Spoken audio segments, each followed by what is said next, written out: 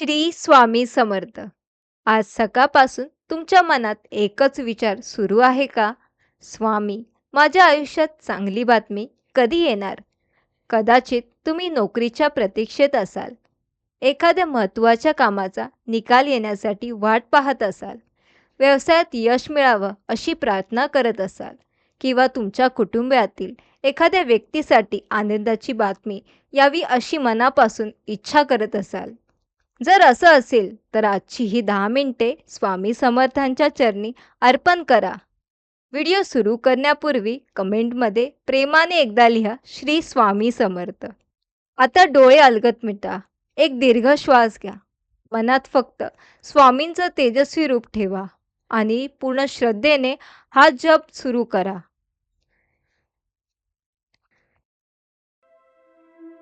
ओम श्री स्वामी समर्थाय विजय सिद्धी प्रदायकाय नमः. ओम श्री स्वामी समर्थाय विजय सिद्धी प्रदायकाय नमः. ओम श्री स्वामी समर्थाय विजय सिद्धी प्रदायकाय नमः. ओम श्री स्वामी समर्थाय विजय सिद्धी प्रदायकाय नमः. ओम श्री स्वामी समर्थाय विजय सिद्धी प्रदायकाय नमः. ओम श्री स्वामी समर्थाय विजय सिद्धी प्रदायकाय नमः. ओम श्री स्वामी समर्थाय विजय सिद्धी प्रदायकाय नमः. ओम श्री स्वामी समर्थाय विजय सिद्धी प्रदायकाय नमः. ओम श्री स्वामी समर्थाय विजय सिद्धी प्रदायकाय नमः.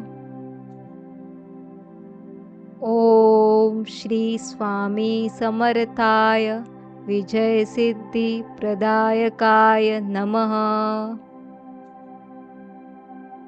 ओम श्री स्वामी समर्थाय विजय सिद्धी प्रदायकाय नमः.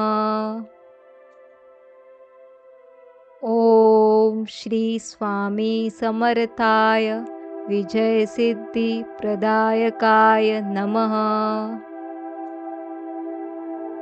ओम श्री स्वामी समर्थाय विजय सिद्धी प्रदायकाय नमः. ओम श्री स्वामी समर्थाय विजय सिद्धी प्रदायकाय नमः. ओम श्री स्वामी समर्थाय विजय सिद्धी प्रदायकाय नमः. ओम श्री स्वामी समर्थाय विजय सिद्धी प्रदायकाय नमः. ओम श्री स्वामी समर्थाय विजय सिद्धी प्रदायकाय नमः. ओम श्री स्वामी समर्थाय विजय सिद्धी प्रदायकाय नमः.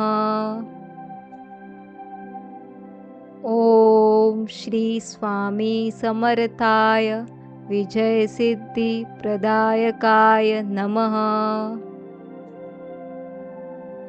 ओम श्री स्वामी समर्थाय विजय सिद्धी प्रदायकाय नमः. ओम श्री स्वामी समर्थाय विजय सिद्धी प्रदायकाय नमः. ओम श्री स्वामी समर्थाय विजय सिद्धी प्रदायकाय नमः. श्री स्वामी समर्थाय विजयसिद्धिप्रदायकाय नमः। ॐ श्री स्वामी समर्थाय विजयसिद्धिप्रदायकाय नमः। ॐ श्री स्वामी समर्थाय विजयसिद्धिप्रदायकाय नमः। ॐ श्री स्वामी समर्थाय विजयसिद्धिप्रदायकाय नमः। ॐ श्री स्वामी समर्थाय विजयसिद्धिप्रदायकाय नमः। ॐ श्री स्वामी समर्थाय विजयसिद्धिप्रदायकाय नमः। ॐ श्री स्वामी समर्थाय विजयसिद्धिप्रदायकाय नमः। ॐ श्री स्वामी समर्थाय विजयसिद्धिप्रदायकाय नमः। ॐ श्री स्वामी समर्थाय विजयसिद्धिप्रदायकाय नमः। ॐ श्री स्वामी समर्थाय विजयसिद्धिप्रदायकाय नमः। ॐ श्री स्वामी समर्थाय विजयसिद्धिप्रदायकाय नमः। ॐ श्री स्वामी समर्थाय विजयसिद्धिप्रदायकाय नमः। ॐ श्री स्वामी समर्थाय विजयसिद्धिप्रदायकाय नमः। ॐ श्री स्वामी समर्थाय विजयसिद्धिप्रदायकाय नमः। ॐ श्री स्वामी समर्थाय विजयसिद्धिप्रदायकाय नमः। ॐ श्री स्वामी समर्थाय विजयसिद्धिप्रदायकाय नमः। ॐ श्री स्वामी समर्थाय विजयसिद्धिप्रदायकाय नमः।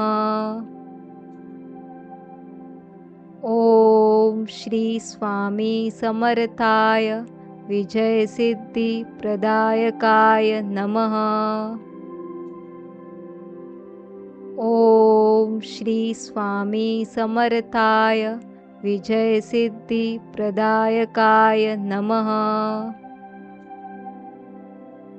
ॐ श्री स्वामी समर्थाय विजयसिद्धिप्रदायकाय नमः।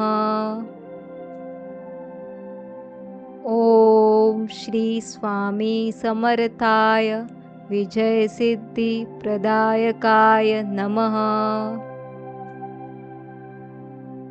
ॐ श्री स्वामी समर्थाय विजयसिद्धिप्रदायकाय नमः। ॐ श्री स्वामी समर्थाय विजयसिद्धिप्रदायकाय नमः।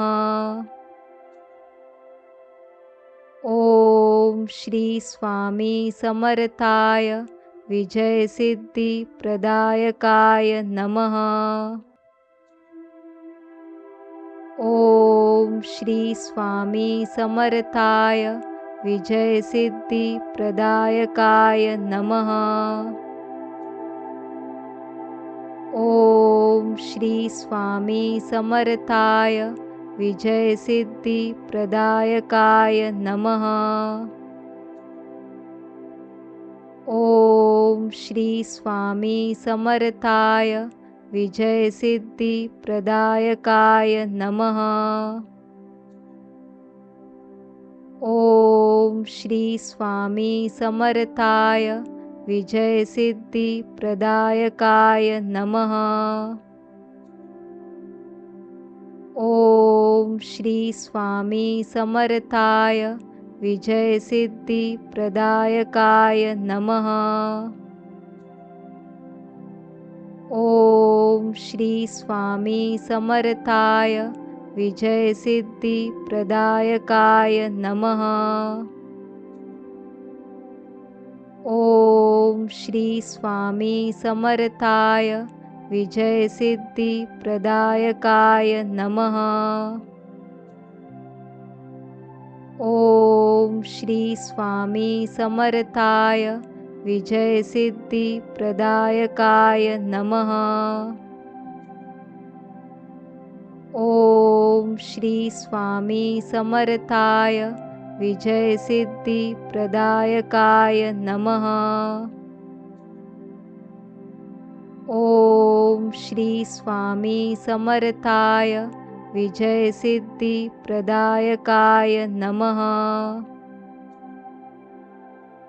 ओम श्री स्वामी समर्थाय विजयसिद्धिप्रदायकाय नमः। ओम श्री स्वामी समर्थाय विजयसिद्धिप्रदायकाय नमः। ओम श्री स्वामी समर्थाय विजयसिद्धिप्रदायकाय नमः। ओम श्री स्वामी समर्थाय विजयसिद्धिप्रदायकाय नमः। ओम श्री स्वामी समर्थाय विजयसिद्धिप्रदायकाय नमः। ओम श्री स्वामी समर्थाय विजयसिद्धिप्रदायकाय नमः। ओम श्री स्वामी समर्थाय विजयसिद्धिप्रदायकाय नमः। ओम श्री स्वामी समर्थाय विजयसिद्धिप्रदायकाय नमः। ओम श्री स्वामी समर्थाय विजयसिद्धिप्रदायकाय नमः। ओम श्री स्वामी समर्थाय विजयसिद्धिप्रदायकाय नमः। ओम श्री स्वामी समर्थाय विजयसिद्धिप्रदायकाय नमः। ओम श्री स्वामी समर्थाय विजयसिद्धिप्रदायकाय नमः। ओम श्री स्वामी समर्थाय विजयसिद्धिप्रदायकाय नमः। ओम श्री स्वामी समर्थाय विजयसिद्धिप्रदायकाय नमः। ओम श्री स्वामी समर्थाय विजयसिद्धिप्रदायकाय नमः। ओम श्री स्वामी समर्थाय विजयसिद्धिप्रदायकाय नमः। ओम श्री स्वामी समर्थाय विजयसिद्धिप्रदायकाय नमः।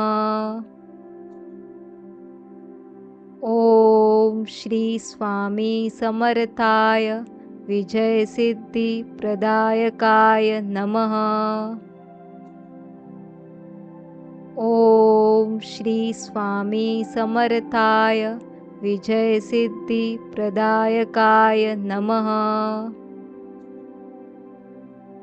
ओम श्री स्वामी समर्थाय विजयसिद्धिप्रदायकाय नमः। ओम श्री स्वामी समर्थाय विजयसिद्धिप्रदायकाय नमः। ओम श्री स्वामी समर्थाय विजयसिद्धिप्रदायकाय नमः। ओम श्री स्वामी समर्थाय विजयसिद्धिप्रदायकाय नमः।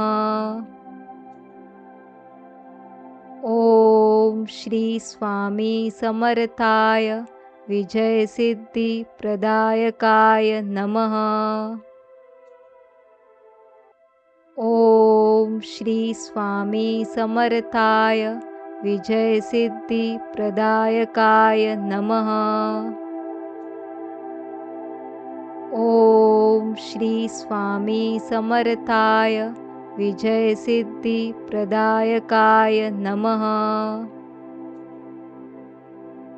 ओम श्री स्वामी समर्थाय विजयसिद्धिप्रदायकाय नमः। ओम श्री स्वामी समर्थाय विजयसिद्धिप्रदायकाय नमः। ओम श्री स्वामी समर्थाय विजयसिद्धिप्रदायकाय नमः। ओम श्री स्वामी समर्थाय विजयसिद्धिप्रदायकाय नमः। ओम श्री स्वामी समर्थाय विजयसिद्धिप्रदायकाय नमः। ओम श्री स्वामी समर्थाय विजयसिद्धिप्रदायकाय नमः। ओम श्री स्वामी समर्थाय विजयसिद्धिप्रदायकाय नमः। ओम श्री स्वामी समर्थाय विजयसिद्धिप्रदायकाय नमः। ओम श्री स्वामी समर्थाय विजयसिद्धिप्रदायकाय नमः। ओम श्री स्वामी समर्थाय विजयसिद्धिप्रदायकाय नमः।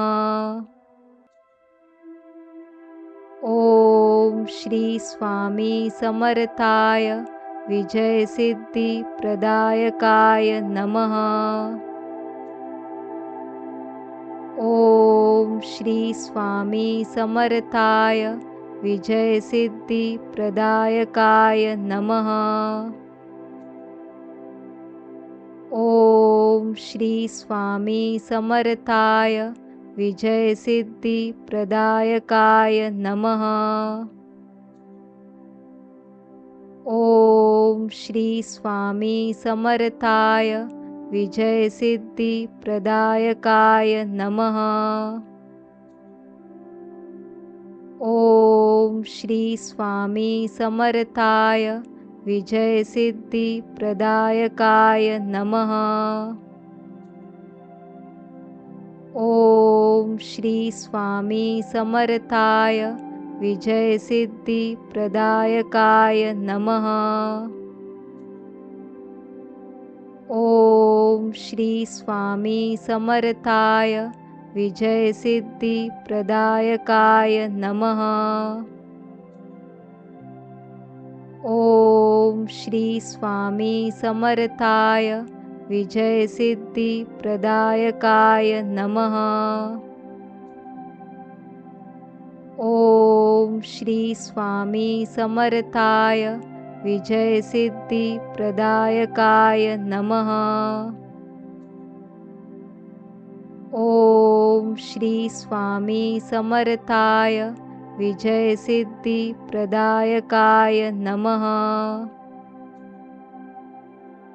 ओम श्री स्वामी समर्थाय विजयसिद्धिप्रदायकाय नमः।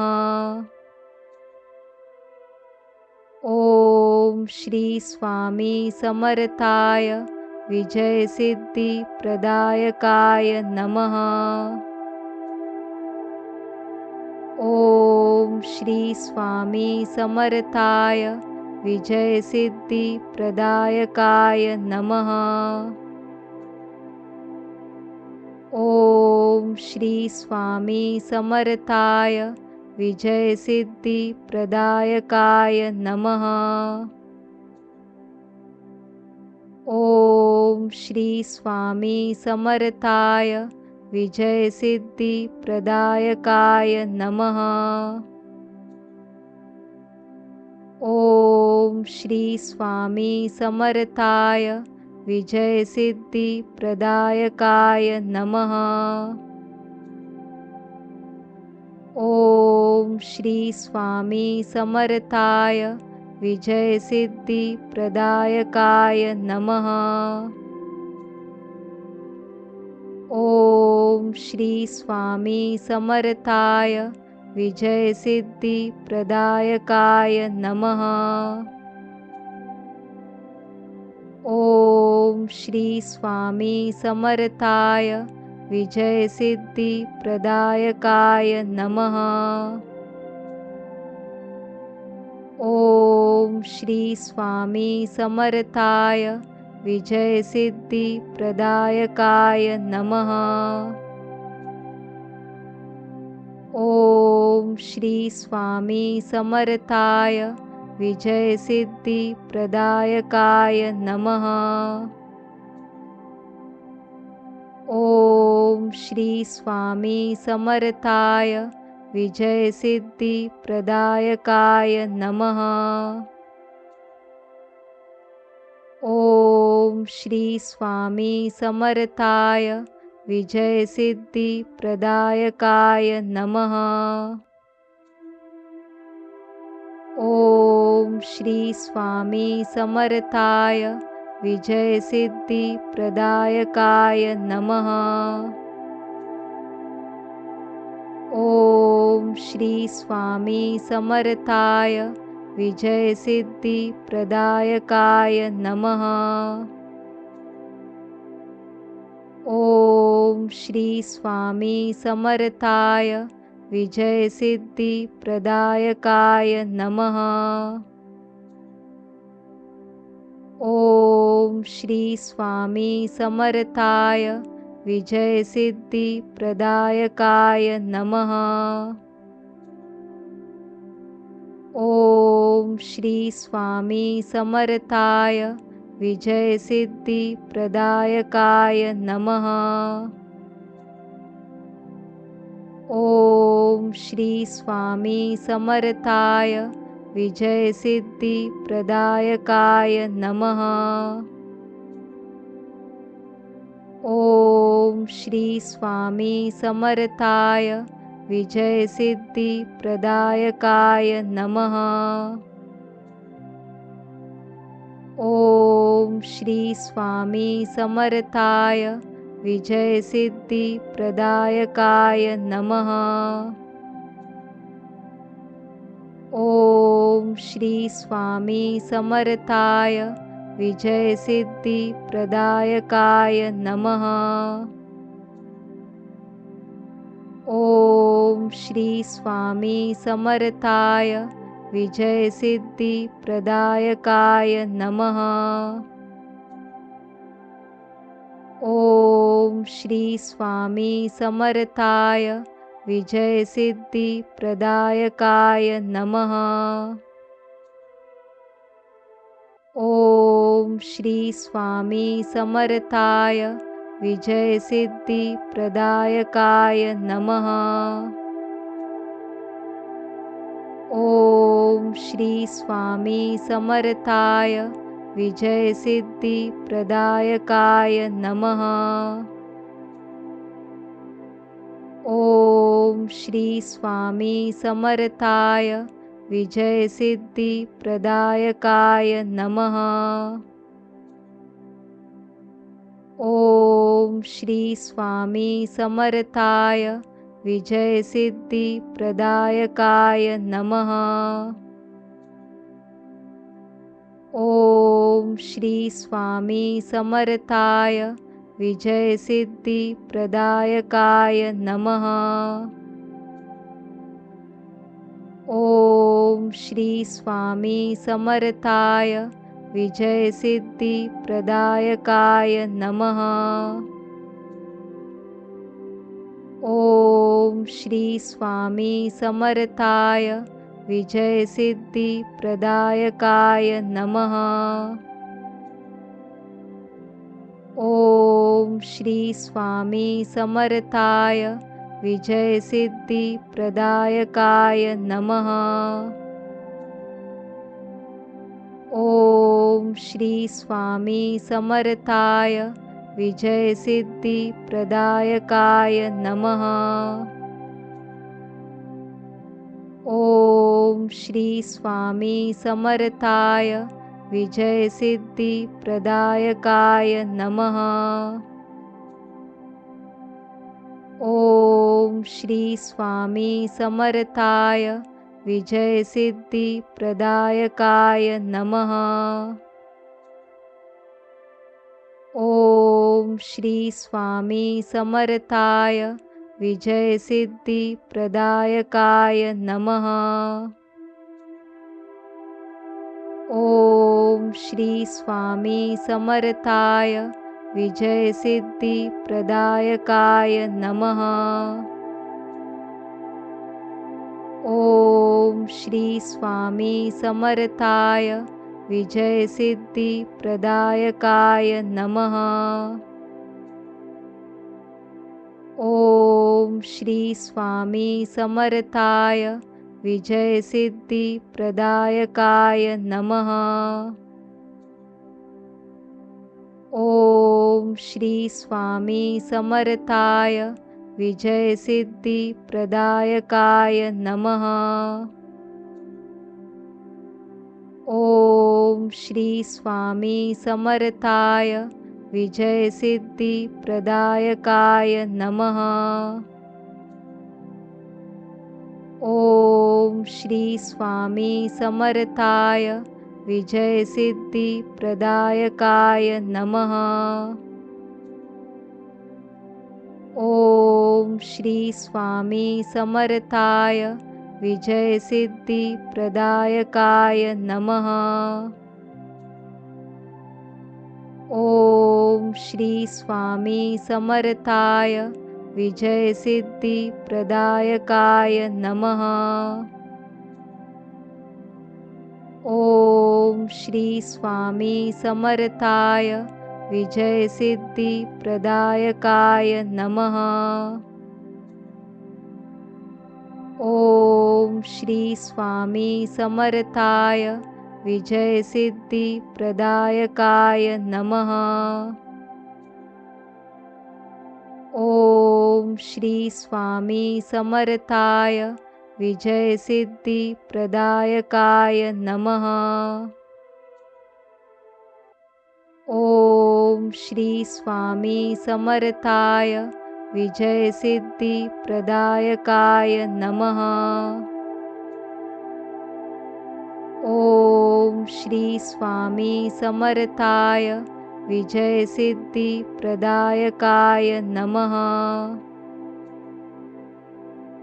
ओम श्री स्वामी समर्थाय विजयसिद्धिप्रदायकाय नमः। ओम श्री स्वामी समर्थाय विजयसिद्धिप्रदायकाय नमः। ओम श्री स्वामी समर्थाय विजयसिद्धिप्रदायकाय नमः।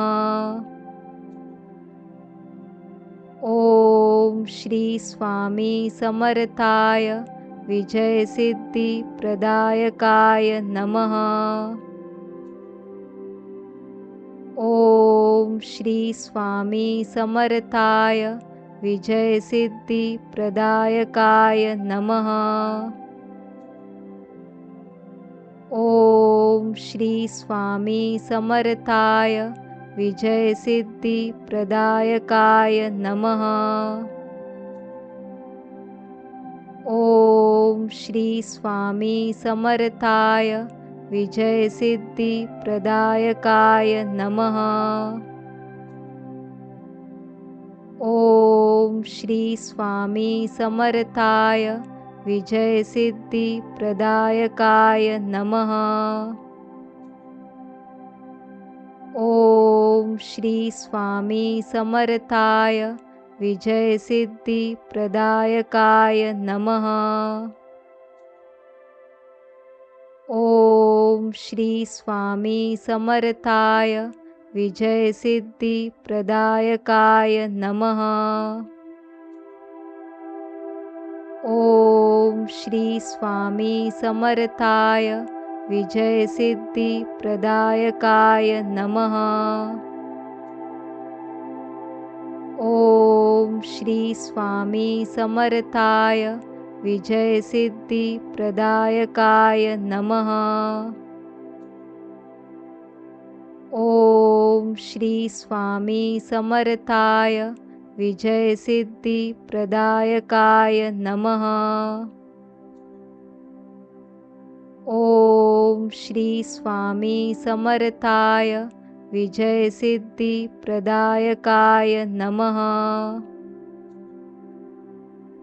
ओम श्री स्वामी समर्थाय विजयसिद्धिप्रदायकाय नमः। ओम श्री स्वामी समर्थाय विजयसिद्धिप्रदायकाय नमः। ओम श्री स्वामी समर्थाय विजयसिद्धिप्रदायकाय नमः। ओम श्री स्वामी समर्थाय विजयसिद्धिप्रदायकाय नमः। ओम श्री स्वामी समर्थाय विजयसिद्धिप्रदायकाय नमः। ओम श्री स्वामी समर्थाय विजयसिद्धिप्रदायकाय नमः। ओम श्री स्वामी समर्थाय विजयसिद्धिप्रदायकाय नमः। ओम श्री स्वामी समर्थाय विजयसिद्धिप्रदायकाय नमः। ओम श्री स्वामी समर्थाय विजयसिद्धिप्रदायकाय नमः। ओम श्री स्वामी समर्थाय विजयसिद्धिप्रदायकाय नमः। ओम श्री स्वामी समर्थाय विजयसिद्धिप्रदायकाय नमः। ओम श्री स्वामी समर्थाय विजयसिद्धिप्रदायकाय नमः। ओम श्री स्वामी समर्थाय विजयसिद्धिप्रदायकाय नमः। ओम श्री स्वामी समर्थाय विजयसिद्धिप्रदायकाय नमः। ओम श्री स्वामी समर्थाय विजयसिद्धिप्रदायकाय नमः। ओम श्री स्वामी समर्थाय विजयसिद्धिप्रदायकाय नमः। ओम श्री स्वामी समर्थाय विजयसिद्धिप्रदायकाय नमः। ओम श्री स्वामी समर्थाय विजयसिद्धिप्रदायकाय नमः। ओम श्री स्वामी समर्थाय विजयसिद्धिप्रदायकाय नमः। ओम श्री स्वामी समर्थाय विजयसिद्धिप्रदायकाय नमः। ओम श्री स्वामी समर्थाय विजयसिद्धिप्रदायकाय नमः। ओम श्री स्वामी समर्थाय विजयसिद्धिप्रदायकाय नमः। ओम श्री स्वामी समर्थाय विजयसिद्धिप्रदायकाय नमः। ओम श्री स्वामी समर्थाय विजयसिद्धिप्रदायकाय नमः। ओम श्री स्वामी समर्थाय विजयसिद्धिप्रदायकाय नमः। ओम श्री स्वामी समर्थाय विजयसिद्धिप्रदायकाय नमः। ओम श्री स्वामी समर्थाय विजयसिद्धिप्रदायकाय नमः। ओम श्री स्वामी समर्थाय विजयसिद्धिप्रदायकाय नमः। ओम श्री स्वामी समर्थाय विजयसिद्धिप्रदायकाय नमः। ओम श्री स्वामी समर्थाय विजयसिद्धिप्रदायकाय नमः। ओम श्री स्वामी समर्थाय विजयसिद्धिप्रदायकाय नमः। ओम श्री स्वामी समर्थाय विजयसिद्धिप्रदायकाय नमः। ओम श्री स्वामी समर्थाय विजयसिद्धिप्रदायकाय नमः। ओम श्री स्वामी समर्थाय विजयसिद्धिप्रदायकाय नमः। ओम श्री स्वामी समर्थाय विजयसिद्धिप्रदायकाय नमः। ओम श्री स्वामी समर्थाय विजयसिद्धिप्रदायकाय नमः। ओम श्री स्वामी समर्थाय विजयसिद्धिप्रदायकाय नमः। ओम श्री स्वामी समर्थाय विजयसिद्धिप्रदायकाय नमः।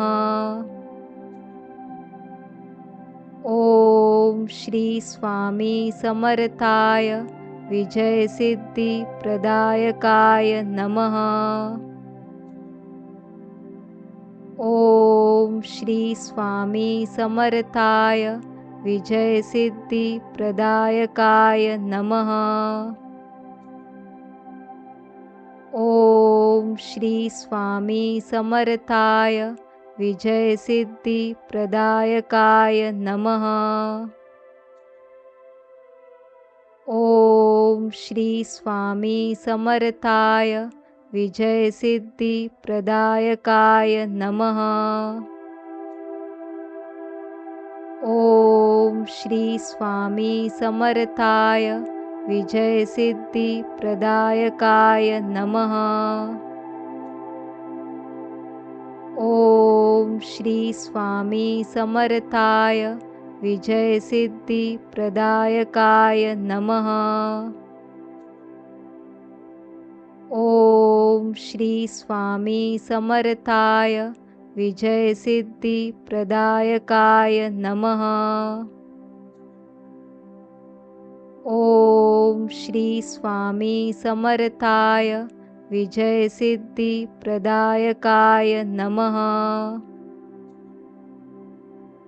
ओम श्री स्वामी समर्थाय विजयसिद्धिप्रदायकाय नमः।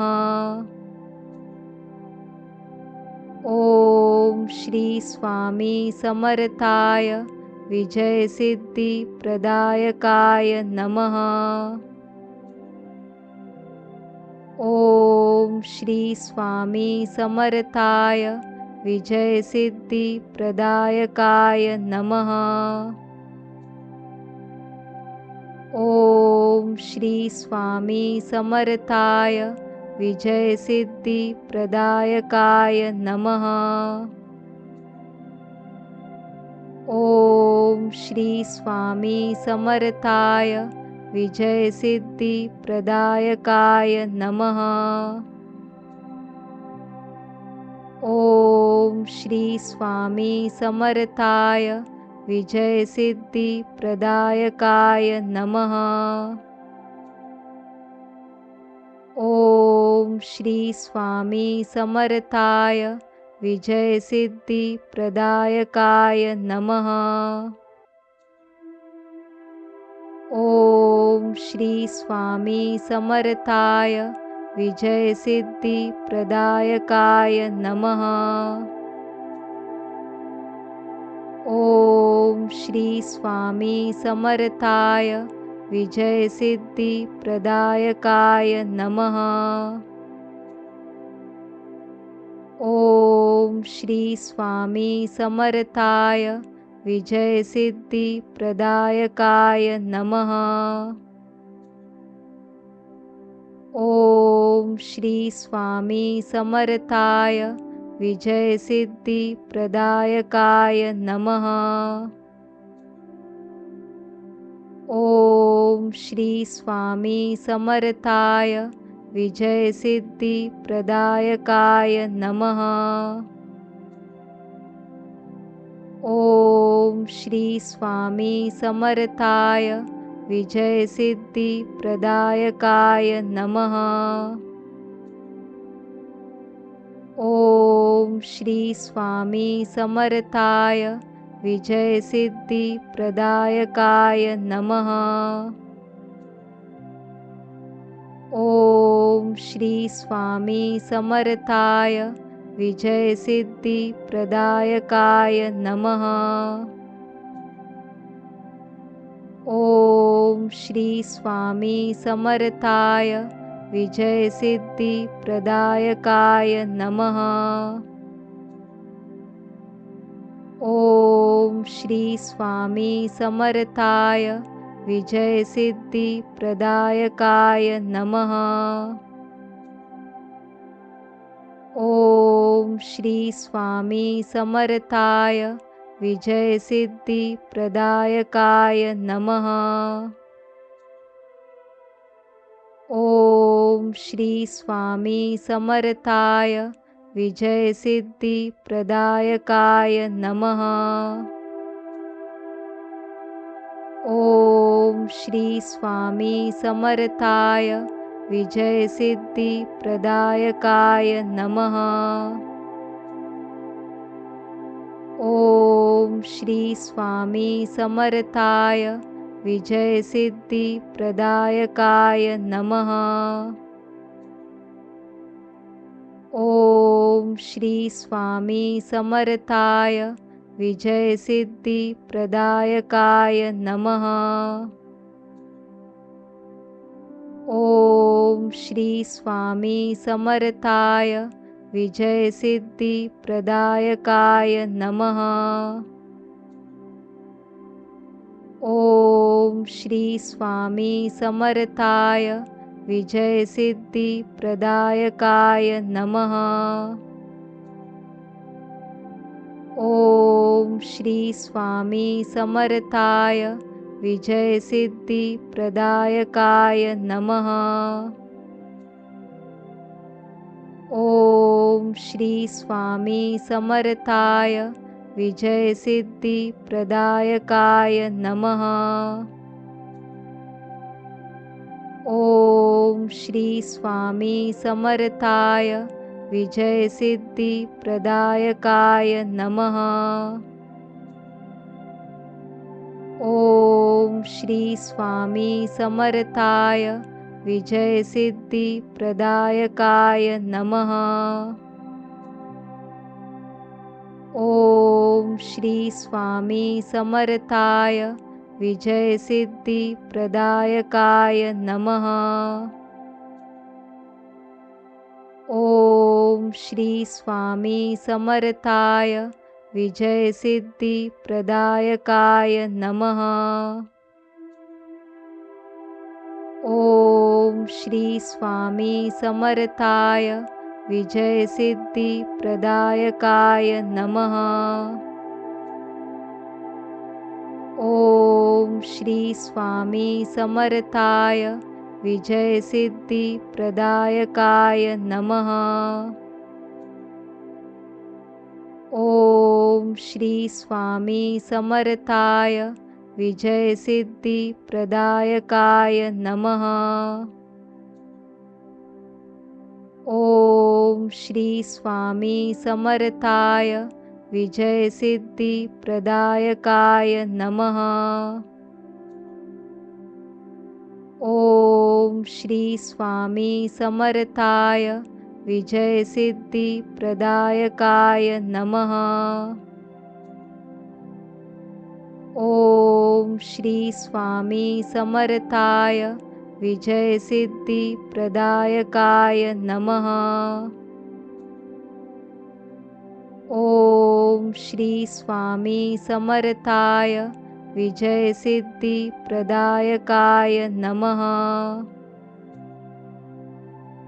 ओम श्री स्वामी समर्थाय विजयसिद्धिप्रदायकाय नमः। ओम श्री स्वामी समर्थाय विजयसिद्धिप्रदायकाय नमः। ओम श्री स्वामी समर्थाय विजयसिद्धिप्रदायकाय नमः। ओम श्री स्वामी समर्थाय विजयसिद्धिप्रदायकाय नमः। ओम श्री स्वामी समर्थाय विजयसिद्धिप्रदायकाय नमः। ओम श्री स्वामी समर्थाय विजयसिद्धिप्रदायकाय नमः। ओम श्री स्वामी समर्थाय विजयसिद्धिप्रदायकाय नमः। ओम श्री स्वामी समर्थाय विजयसिद्धिप्रदायकाय नमः। ओम श्री स्वामी समर्थाय विजयसिद्धिप्रदायकाय नमः। ओम श्री स्वामी समर्थाय विजयसिद्धिप्रदायकाय नमः। ओम श्री स्वामी समर्थाय विजयसिद्धिप्रदायकाय नमः। ओम श्री स्वामी समर्थाय विजयसिद्धिप्रदायकाय नमः। ओम श्री स्वामी समर्थाय विजयसिद्धिप्रदायकाय नमः। ओम श्री स्वामी समर्थाय विजयसिद्धिप्रदायकाय नमः। ओम श्री स्वामी समर्थाय विजयसिद्धिप्रदायकाय नमः। ओम श्री स्वामी समर्थाय विजयसिद्धिप्रदायकाय नमः। ओम श्री स्वामी समर्थाय विजयसिद्धिप्रदायकाय नमः। ओम श्री स्वामी समर्थाय विजयसिद्धिप्रदायकाय नमः। ओम श्री स्वामी समर्थाय विजयसिद्धिप्रदायकाय नमः। ओम श्री स्वामी समर्थाय विजयसिद्धिप्रदायकाय नमः। ओम श्री स्वामी समर्थाय विजयसिद्धिप्रदायकाय नमः। ओम श्री स्वामी समर्थाय विजयसिद्धिप्रदायकाय नमः। ओम श्री स्वामी समर्थाय विजयसिद्धिप्रदायकाय नमः। ओम श्री स्वामी समर्थाय विजयसिद्धिप्रदायकाय नमः। ओम श्री स्वामी समर्थाय विजयसिद्धिप्रदायकाय नमः। ओम श्री स्वामी समर्थाय विजयसिद्धिप्रदायकाय नमः। ओम श्री स्वामी समर्थाय विजयसिद्धिप्रदायकाय नमः। ओम श्री स्वामी समर्थाय विजयसिद्धिप्रदायकाय नमः। ओम श्री स्वामी समर्थाय विजयसिद्धिप्रदायकाय नमः। ओम श्री स्वामी समर्थाय विजयसिद्धिप्रदायकाय नमः। ओम श्री स्वामी समर्थाय विजयसिद्धिप्रदायकाय नमः।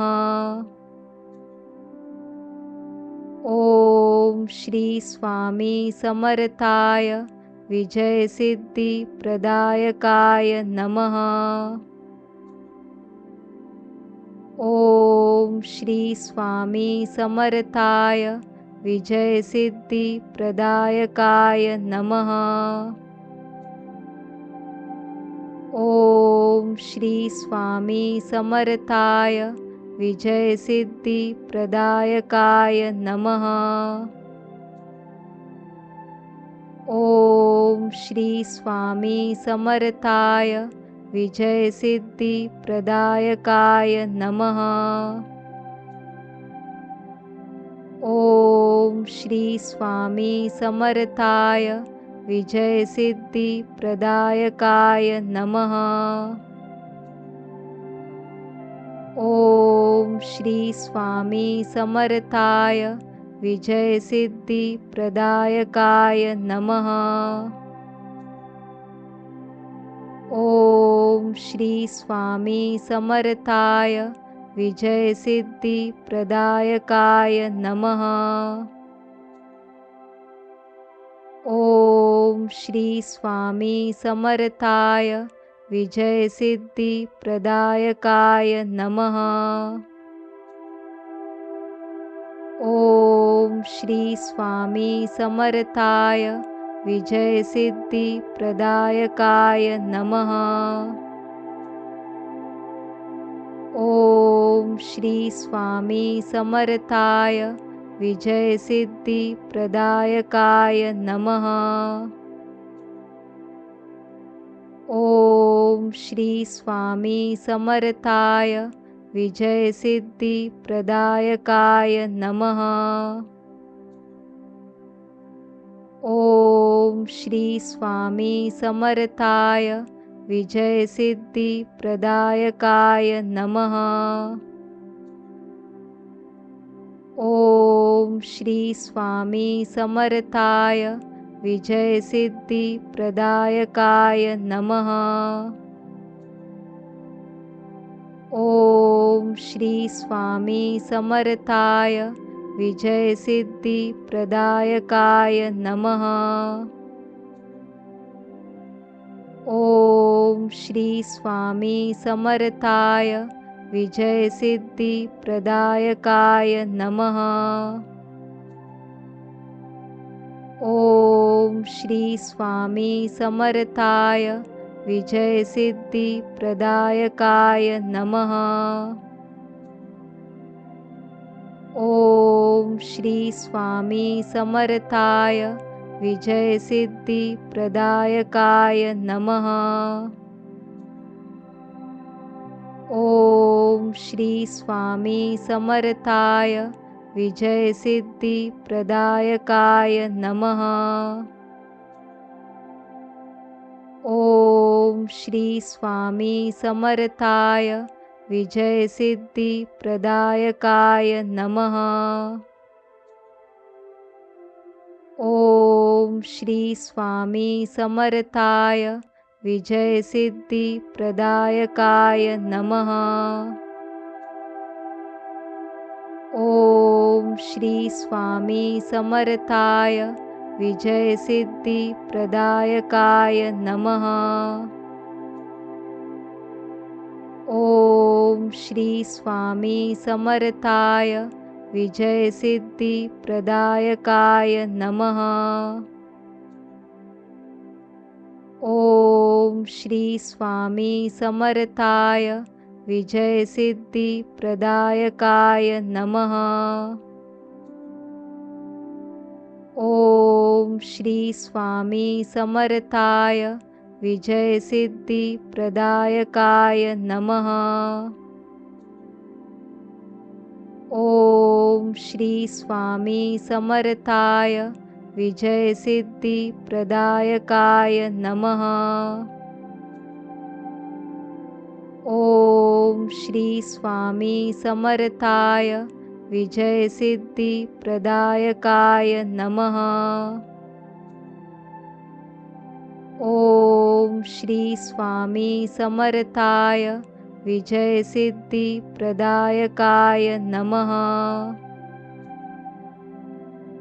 ओम श्री स्वामी समर्थाय विजयसिद्धिप्रदायकाय नमः।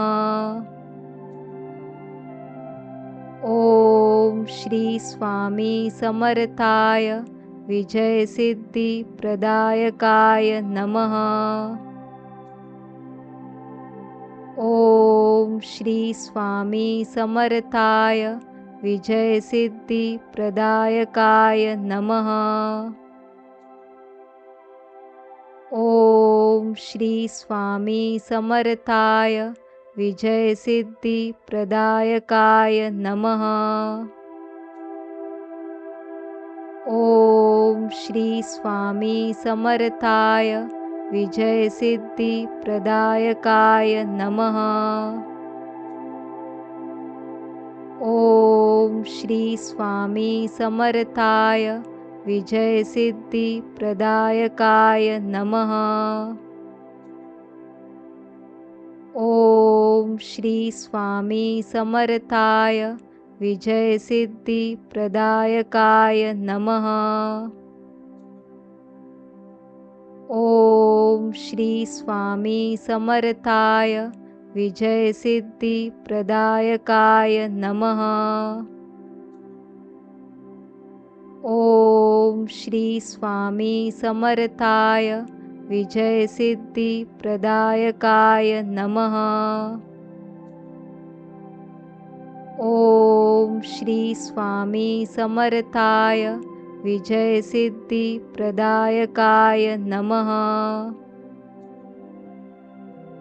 ओम श्री स्वामी समर्थाय विजयसिद्धिप्रदायकाय नमः। ओम श्री स्वामी समर्थाय विजयसिद्धिप्रदायकाय नमः।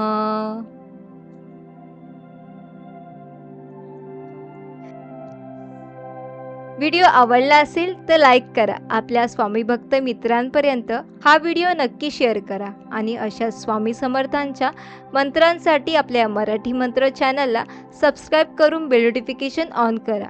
जय जय स्वामी समर्थ.